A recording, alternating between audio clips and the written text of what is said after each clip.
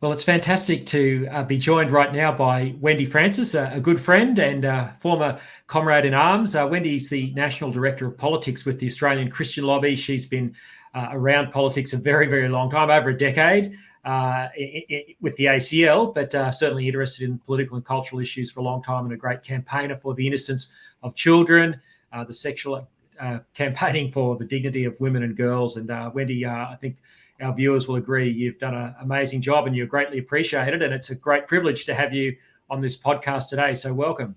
Thank you, Lyle, and it's always really good to talk to you. You took a bit of a risk on me, I think, just over a decade ago when you agreed to put me on in Queensland as state director. So I'm always grateful to you for that, to you and Jim Wallace. But yeah, as before that, leading into that, I actually ran with Family First, and I think that was my first sort of dipped my toe in the waters of politics, and it gave me an understanding of how important politics is in terms of the well-being of our nation. But it also it did make me realise in my own position that I was better served impacting politics than being in politics. So but it was an amazing experience running, and then to start with ACL, I've really enjoyed that journey. But well, there's a couple of interesting points I could pick up on there, Wendy, and we might as well.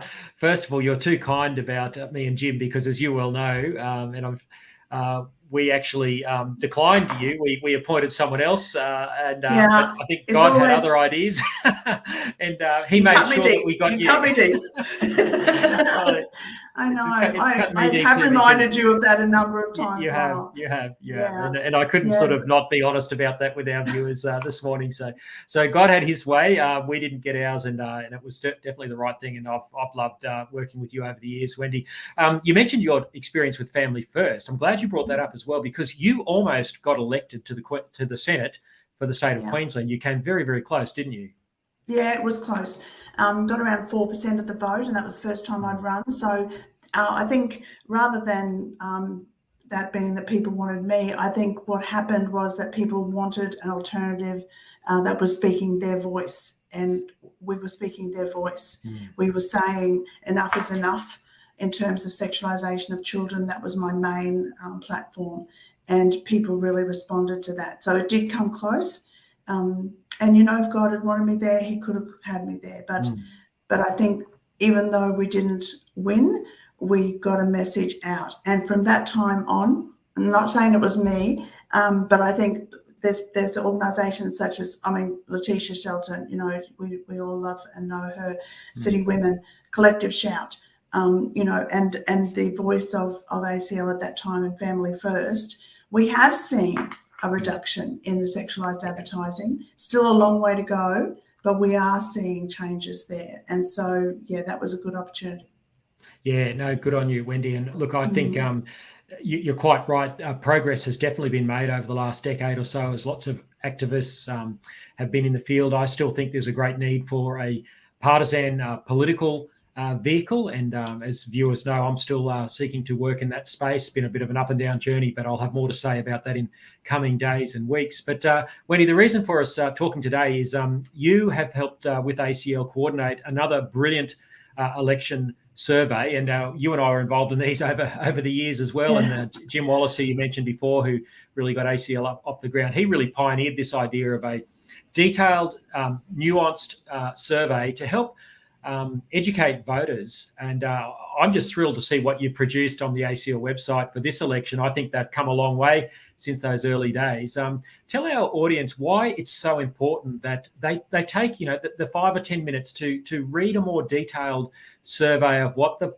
candidates and the parties think, rather than just looking at a ticker box checklist. And that's not to demean that they have their place, but this type of long form survey, why is it so important? So what we've tried to do is to highlight, first of all, the candidates' positions. But if there's no candidate position, then I think the fallback position is on your party. But what we've seen in the previous parliament that we're just closing out now is that whilst the Liberal Party would tick the box on religious freedom, they were not able to deliver it because some of their members actually crossed the floor. So even though they would have a tick in religious freedom, they were not able to deliver it. The Labor Party would also tick religious freedom because I seriously do believe that they want a form of religious freedom going forward. But what sort of religious freedom is that? So when you ask questions about, okay, what do you think about Christian schools being able to employ and to even unemploy somebody who does not adhere to Christian values, then that gets a little bit sticky for them. So it's all very well to have a tick that, yes, we support religious freedom, and they definitely would tick. But when you drill down, and then, particularly for the Liberal Party, who they give every single one of their members has a conscience vote on every issue, really. You've got to find out, well, how is my representative going to vote? Because there's 151 electorates, there are 151 representatives. That's why it's called the House of Representatives. Yeah. There's one person from every electorate, and your representative is going to vote on behalf of you. So I think these questions are really important. Well, they are, and particularly for the issue that you just raised there of religious freedom. And of course, this survey that you've put online, it's at vote.acl.org.au. That's vote.acl.org.au. I'll put that in the comment section later for people to go and have a look at. But that issue of religious freedom is interesting because the Liberal Party responded to your 21 questions, and they range from human rights for the unborn through to compassion for refugees from Afghanistan and the whole gamut. It's a really detailed survey, 21 questions. But on the religious freedom issue, we don't know how the individual Liberal candidates are going to vote because they haven't told us. The party has just given blanket answers on behalf of each candidate. And that's no good when you have, as we did in this parliament, 5 rebel Liberal MPs cross the floor to break an election promise and trash their government's election promise, essentially. Correct. And we did get a letter from the Prime Minister on religious freedom and what he was promising to do post-election should he be re-elected. And his wording, he used the words that they needed a consensus. So he needs to get a consensus to actually get the religious freedom bill, religious discrimination bill through. So that's a promise, but not a promise at all in one way. So it's really important who gets elected, because to get a consensus, you've got to have people who are prepared to support their leader in this. Yeah, it's a tricky one, and it is disappointing that whilst it's great to have the party's position on those 21 questions, we still don't know and what the consensus is going to be within the Liberal Party. So that's a big question mark, of course. But we're a little bit critical of the Liberal Party here. But the big news about your election questionnaire is Labor. Where's Labor?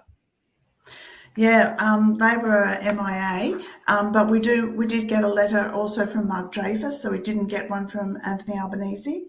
And yet it's Anthony Albanese's office that I've been talking to mostly about this, not to him personally, but to his office. And when you get the message from his office, it's actually, there's a number of things that I felt quite encouraged by.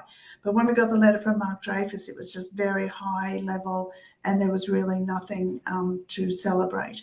I have done a video just yesterday with Senator Deb O'Neill, and Deb is someone who identifies as Catholic in the Labor Party, and it was quite a frank interview, and that will be launching, towards the end of this week as well. So we do have individual people in the Labor Party who are prepared to talk to us about it, but there's no statement.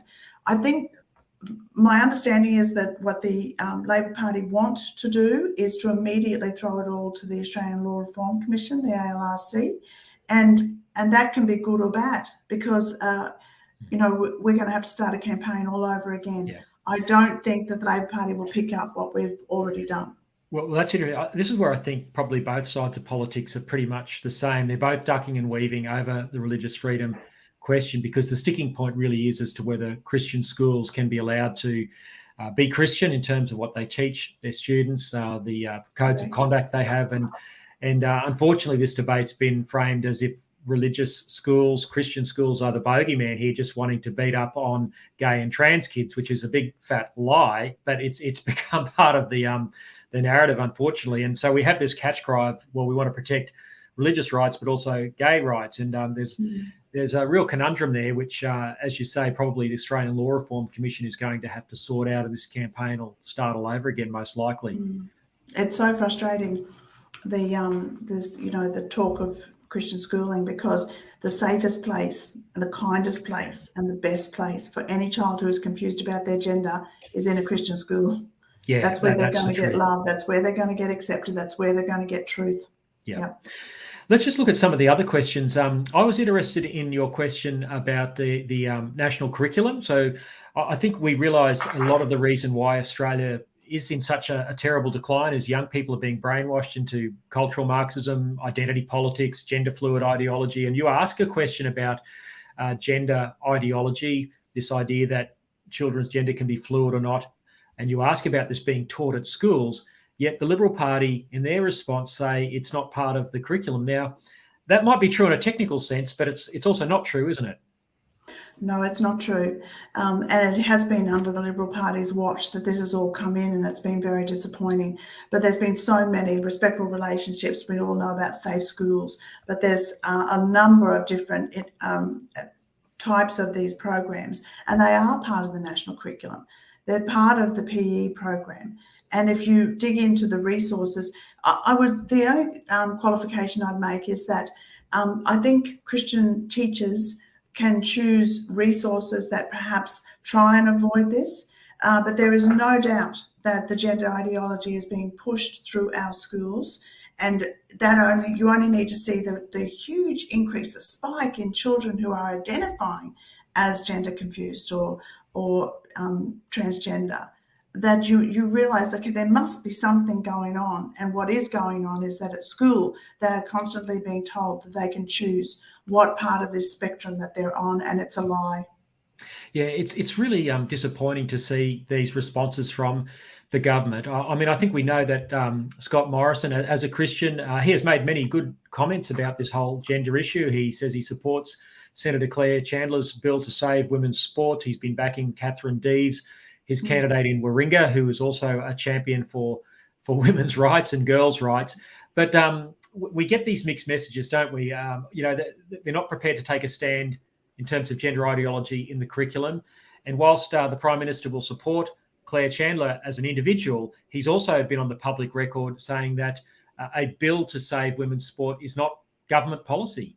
So what are we to make of all this? Even the response from the Liberal Party in the questionnaire is confusing as opposed to their public comments. Yeah, it's a real shame that these sort of bills need to come as private members' bills, and then they don't get the support. And yet, as you say, publicly, the Prime Minister was very supportive of it. I think, even one of the debates that was held, both of the opposition leader and the Prime Minister were asked, what is a woman? And they both gave the right answer. So they realised that there's something going on. They'd obviously been primed with that to know what to say, that Australians would actually accept. So they're able to say it in a question like that. But when it comes to teaching children, they're actually teaching them something completely different. And so for Claire Chandler's bill, she's had so much support. And we will be pushing, and I think we should really get everybody pushing that this actually does get presented and get voted on. It's the same as George Christensen's bill, the Born Alive bill.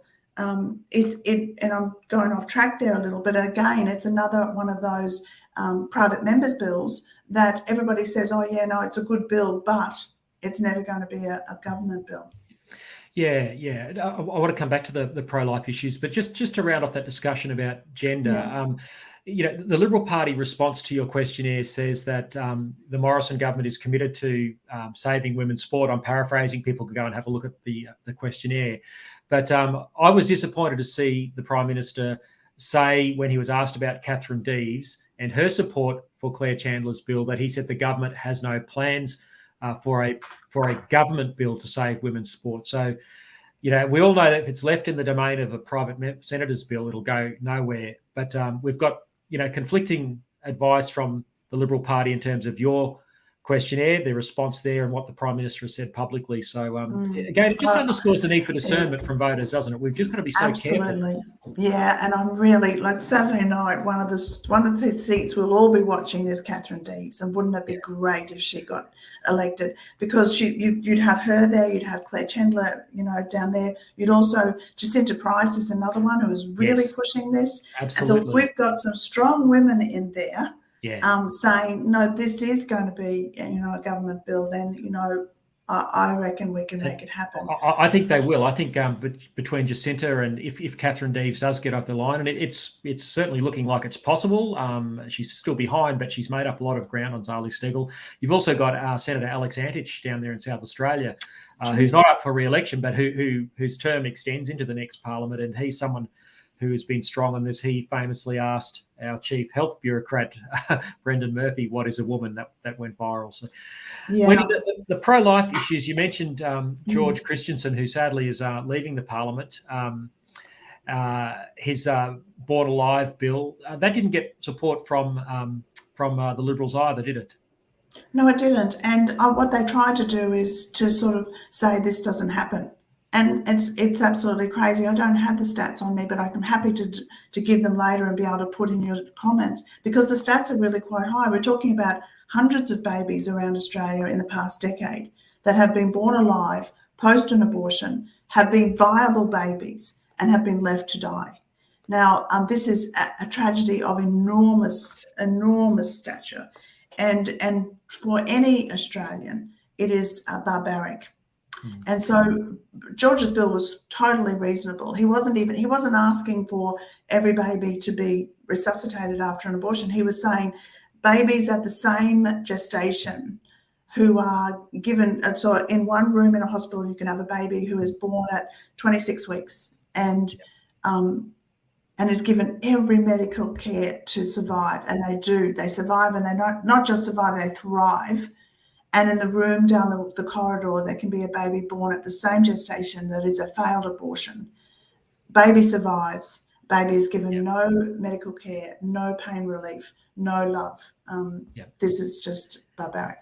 Yeah, no, it is, Wendy. It seems unbelievable that the Liberals could give these sort of responses to questions, because you're quite right. George did provide all that information. He even had the Parliamentary Library research that they validated everything he was saying about this being a problem for hundreds of babies. It's no small thing. But again, the other aspect of the questionnaire, you asked them about funding and tying federal government, i.e. our taxpayer money, to public hospitals, that their funding would be contingent upon them performing abortions. Now, this is the Liberal Party again saying they supported that proposition, which was a proposition which the radical Tanya Plibersek from Labor took to the 2019 election. And now it's Liberal Party policy at this election. Again, this is what your survey has flushed out, these really important nuances in the debate. And it just shows, sadly, that the coalition, the Liberals and the Nationals, are just as extreme as some of the most extreme in Labor, that they would take money away from public hospitals unless they perform abortion to birth, which is what our laws allow.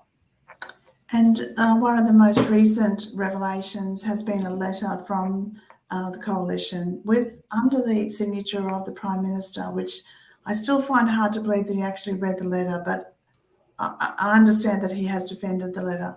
But it states that not only are we proud of our abortion services that we provide here in Australia, but even more than that, we want to actually push them out into our neighbouring countries where we give foreign aid.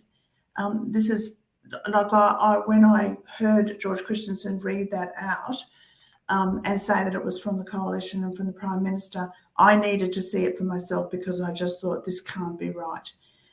This is a shame on our nation and a cloud that hangs over us constantly.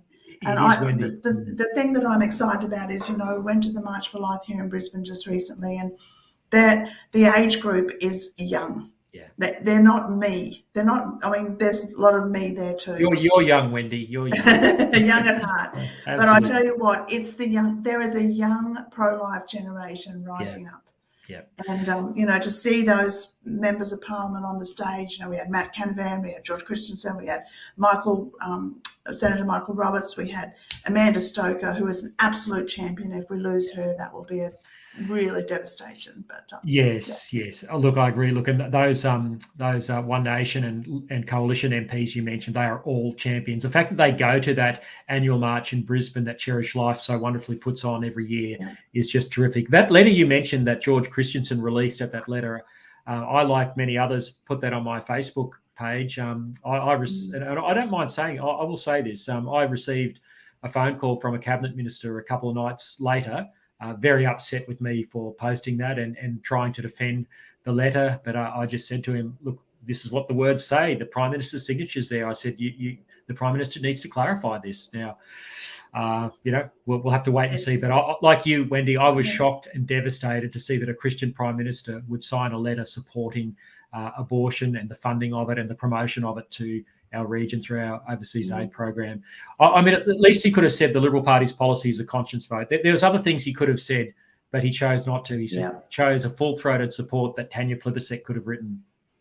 Yeah, in response to George Christensen asking for babies born alive to be given pain relief. Like, to be honest, it just made my heart just weep. Yeah. No, that's a big one. And look, we've been very critical, obviously, and for good reasons. We're picking apart the responses, and I just want to reiterate again, as you said earlier, Labor didn't even respond. They haven't even given, probably the biggest, or certainly one of the biggest political lobby groups in the country, the courtesy of a response so that the constituency can know where they stand on these key issues. Yeah, and I think we do know where they stand too, don't we, Lyle? Because on the abortion issue, they have some very strong advocates for abortion to birth for any reason. They have the Emily's List, so women get financial support to run for the Labor Party if they will support, again, abortion to birth for any reason. And so I think we know where they stand on this, but it's disappointing that they won't actually put it down in writing, because they know the response from the Christian constituency will not be supportive. And they went to this election, they went to this term of government saying we're going to reconnect with Christians. This is a big one for Christians. Yeah, look, I think that's right. And you mentioned Senator Deb O'Neill, the Labor senator from New South Wales, who is a wonderful, wonderful woman, and I think is very, very sincere. But I think, this is my editorial comment, I think she's trapped in a party that, despite her best wishes and best intent to reconnect with the Christian constituency, particularly in Western Sydney, where they lost it big time last election, it really, to me, seems a forlorn hope. But you don't have to comment on that if you don't want to. But, my comment would be that we need good people in both of those major parties. Yeah, we do. And Deb is certainly one of the good ones, and Don really Farrell in South Australia is another one. And Helen Polly, of course, in Tasmania. Now we're naming names, but there's some of the outstanding ones. We do need them there, but they certainly are limited, as are many in the Liberal Party on standing up on these issues. Wendy, time's getting away, but I want to cover a couple other quick issues as well as and comment on some of the minor parties as well that have responded in detail. But we started off at the top of this interview. You mentioned your passion for the sexualization of children, trying to stop that. You've got a terrific question there about age verification online. Now, again, responses there disappointing from the major parties. Really disappointing, because there was a cross-party committee that presented a report early 2020. So it was just as COVID hit. And the thing that frustrates me about that is COVID hit and it sort of lost its momentum. Mind you, I'm always a little bit skeptical about these reports from committees, because we seem to spend so much time in committees and then nothing happens. But we lost the momentum. But then during COVID, this was the absolute most important time, because kids were at home, they were online, and we had no protections for them. And so this report was protecting the innocent, protecting the age of innocence. That beautiful name for a government report, protecting the age of innocence. And what it was suggesting was that we need age verification laws similar to what we have in gambling. So it's not, so I've got grandchildren. I've got an 11-year-old grandson. It would not be easy for my 11-year-old grandson to gamble. there are gates and doors and hurdles that he would have to go through. He would have to actually take his parents' credit card and their license and these sort of things from their wallet. So it would have to be a very considered action. And my little grandson would actually not even think of those things. And most 11-year-olds wouldn't. So there are gates. With pornography, no gates, nothing. You click on a link beside one of your games. Like you can be in Strawberry Shortcake game and click on a link and find yourself in the depths of the most depraved pornography like that, just a click. And so what this report was saying is we need the same gates as we have for gambling as we do to have for pornography. But, there's a pushback because people don't want to give their ID to go and look at pornography. If they're so ashamed of it that they don't want to give their ID, then, that says enough, isn't it? But they will not even protect their children because they want to actually have the freedom to be able to click on that link at any time. And we have to protect our children. And so this report was an excellent report, but it's gone by the wayside at the moment. But we continually bring that up. And we do have a few champions. Julian Simmons, who is actually my LNP guy here in Ryan, where I live, he is one of our champions in this. So there are some, but not enough again. And it makes me wonder, this is my commentary, I guess, too, but it makes me just wonder who is wanting those clicks to be left free.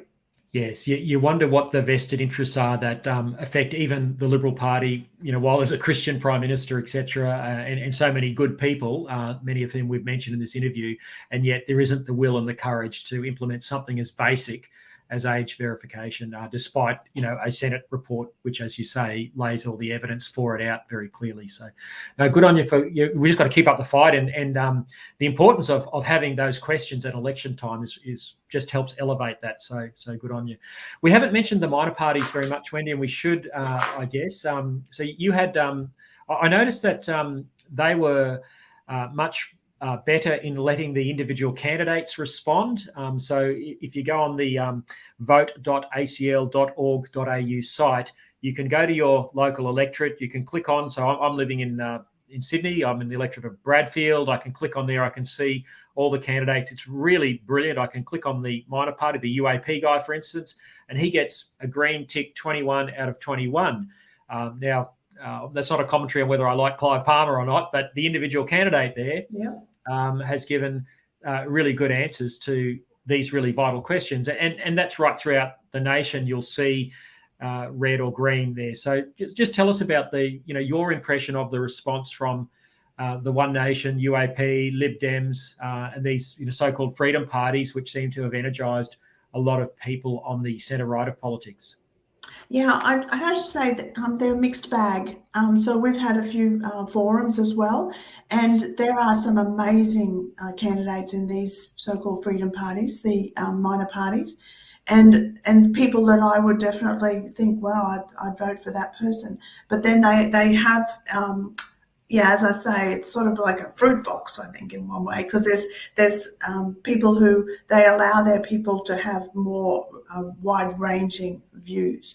We are missing, I think, a party that sticks to just one, has one basic tenet of these are our Christian values and this is what we're going to stick to. So, for instance, in One Nation, they have one of the best pro-life policies that I've ever seen. But Pauline Hanson herself is not necessarily pro-life. She is a supporter of euthanasia, for instance. And so then you go to the Liberal Democrats, you have Campbell Newman, who is a personal friend of mine and Peter's. But he is a strong supporter of euthanasia. But again, in the Liberal Democrats, you've got some of their candidates who are strongly pro-life. And this is why, again, we need to really be careful about the candidates and not just follow a party. We need to look at, so these minor parties are always more inclined to answer the questionnaire because they don't get the same platform. When we turn on the TV at night, we always see Albanese and we see Morrison and we see some of their people standing behind them, the chosen ones, but we don't see the minor parties so much. So they're always keen to answer the questionnaires, and that's actually helpful for us. I reckon it's very helpful because there needs to be a contest for ideas, and the fact that you've gone to the trouble to get their responses, that they've been given the freedom to put this on the record, does give people genuine choice. And if we're to see movement on some of these intractable issues, like the life issues, like the freedom issues, like the sexualisation of children, the political system is going to need competition to put pressure on Labor and Liberal, isn't it? It really is. And so I do reiterate to everybody that no vote is a wasted vote. So if you vote for a minor party, number one, and then you very carefully put out your preferences below so that your preferences flow to the major party that you desire, should that your minor party not win, then you are not wasting your vote. Be very careful about your preferences. Don't follow the how to vote cards, just do your own. But no vote is a wasted vote. And sometimes when we get a high register for a pro-life candidate that might be from a minor party and they might not win, but they get a high percentage, it does a couple of things. It actually allows them to run again because there's some funding for them to run again. Their party gets to run again, but also it sends a very clear message to the politicians and to the constituency at large. Yeah. Wendy, we've got a few. How are you going for time? Have you got a couple more minutes? I'm good, Mum. We really appreciate your generosity. We've got a few audience, some great comments here. I might just read some of those and get you to comment here. Roseanne says, if the LNP has lied in answering the ACL survey, then that should be noted somehow so that they do not get away with confusing people. That's a fair comment. Barry says the LNP have been very weak on these issues. Heather says, makes one feel sick to know that babies born alive are left to die. There's a lot of disappointment in the comments about, I guess, the current state of our politics that allows these things. Yeah.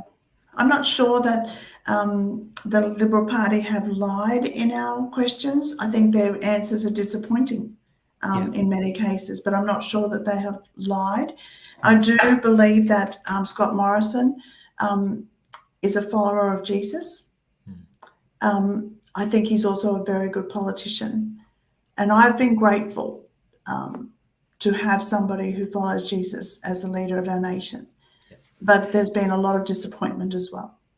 Yeah, I agree with that, Wendy. I've no doubt of his personal faith and commitment. In fact, the church I was attending in Brisbane, if he was in town, he would often come just without any fanfare and come and worship there. And I admire that about him.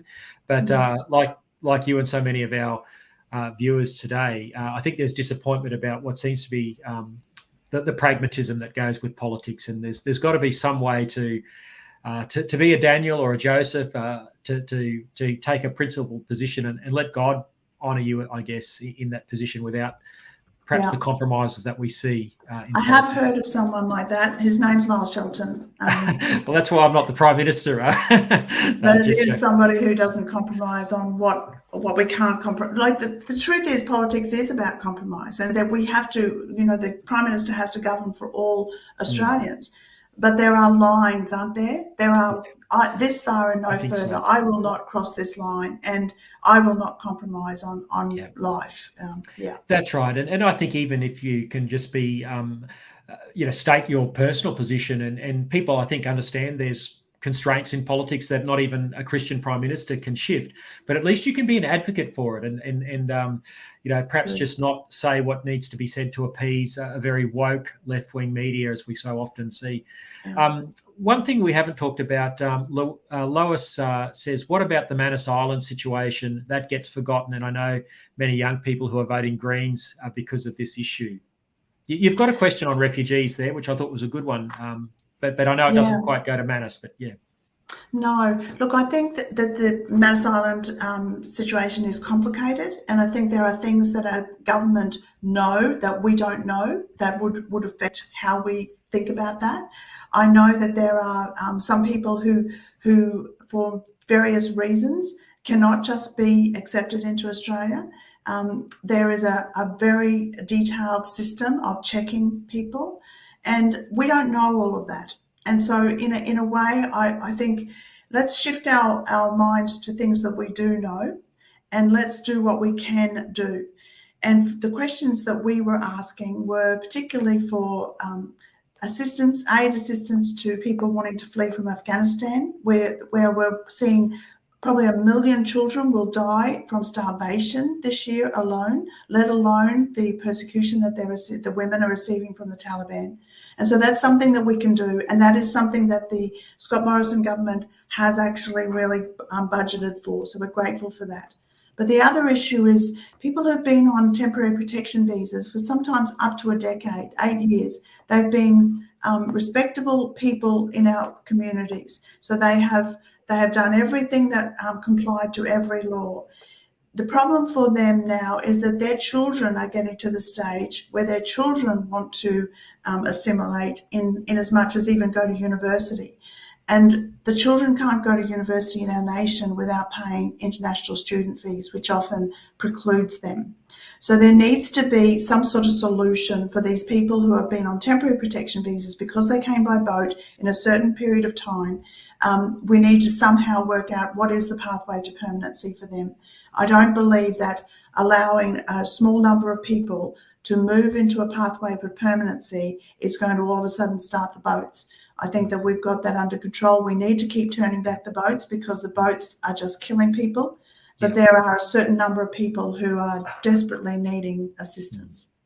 Yeah, that's really well said, Wendy. I think you put that brilliantly. I mean, no one wants to see Australia return to flotillas that were coming across from Indonesia. You've only got to look at the drone footage of people streaming across the US southern border at the moment at the hands of people smugglers and the drug cartels. We certainly don't want that here. But as you say, there's got to be a way to help those small number of people who have been caught in the system and trapped in limbo land for so long. Yeah. Well, Wendy, it's going to be a big day on Saturday, really important for the future of our country. What's your prediction, just to put you on the spot? Yeah, so a wise man once said, don't predict an election. Do you know, last time I reckon the coalition's going to win. This time, I'm not so sure. I think that there's been a shift. The last term of government, the last 3 years, has been pretty tough for all Australians. We've had the COVID. There's an anxiousness in our nation that only God can fill, to be honest. But that they, in search of what that is, I think that people are going to want to change because they're looking for something different, and they really should find that in God. But at the moment, you know, we've had the floods, we've had fires, we've had you know, even the war in Ukraine is very unsettling for people. The China factor, and then of course COVID. I think people are thinking we need anything but the same. So I think we could see a change of government. Yeah, no, that's interesting, Wendy. I think it makes it all the more reason, as we were saying earlier, that people are careful with their preferences. I'm just going to say up front and that you know I wouldn't like to see the coalition lose government. I think they're a better alternative, despite the major weaknesses that you and I have discussed in the last half hour. But I think if you're worried about freedom of speech and freedom of religion and all of these things, it's going to be much worse under a Labor Greens government. This is me being partisan. I know ACL's non-partisan, but I just think we need to be very careful with what we do with our preferences. By all means, vote for a so-called Freedom Party, but check where the candidates stand, and you've given us the tools to do that. But make sure those preferences, you know, go to one of the major parties. And I would say, if you really want to protect freedom, make sure your preferences go back to the coalition. They don't exhaust or end up, you know, with the Greens or Teals or Labor. But that's just my commentary, Wendy. But I don't want to put you in there. Wendy, you've been very gracious. I really appreciate your time today. I appreciate the hard work that you and the team at ACL have done. It's just fantastic to see the work going from strength to strength, and the quality of the voter education and the information, and the terrific campaign that you're running against those who cross the floor on religious freedom is fantastic. So, Wendy, thank you so much for your time today. Thanks, Lyle. Thanks for having me.